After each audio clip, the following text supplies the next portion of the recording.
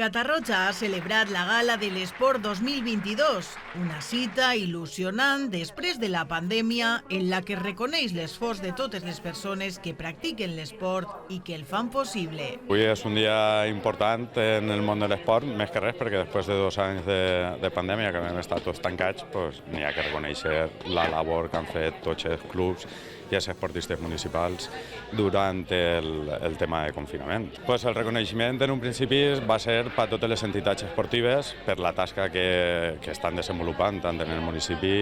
i per la gran tasca que han desenvolupat durant la pandèmia perquè s'han mantingut al peu del canó. I després els esportistes que estan premiats n'hi ha de diverses facetes que perteneixen a clubs, que no perteneixen a clubs i que han sigut propostes que han fet tots els clubs esportius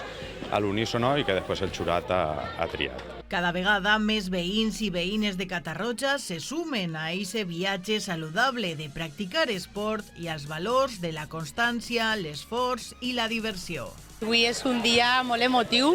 després de la pandèmia més encara, però sobretot per lo que has comentat, per aquest reconeixement a tota la gent que treballa al món de l'esport a Catarroja d'una forma tan humil i senzilla. Catarroja és una ciutat esportista i és de veres que hem tallat els reconeixements perquè si no estaríem així tot el dia, però hem volgut intentar tindre una menció a cada un d'aquests valors que representen l'esport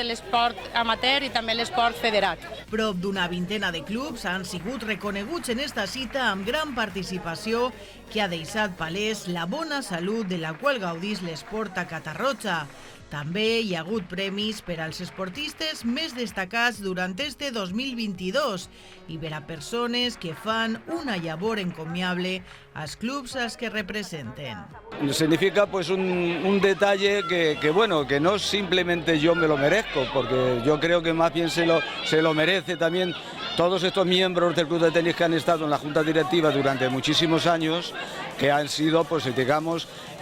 los promotores y los que he tenido ayudándome para poder seguir hacia adelante con el club durante tantos años. En realidad yo creo que el premio no me lo merezco yo, merece la entidad que estamos luchando, llevamos más de 40 años llevando el atletismo en Catarroja. Las chicas sobre todo hemos estado varios años en Primera División Nacional.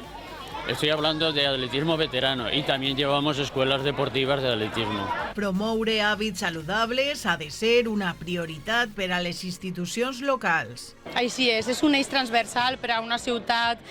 com Catarroja, una ciutat moderna, una ciutat gran, una ciutat que aposta per la salut i pels hàbits saludables i tenim el repte, com sabeu, que tenim en marxa el Pla Rector d'Instal·lacions Esportives perquè volem tindre un document per a poder organitzar els recursos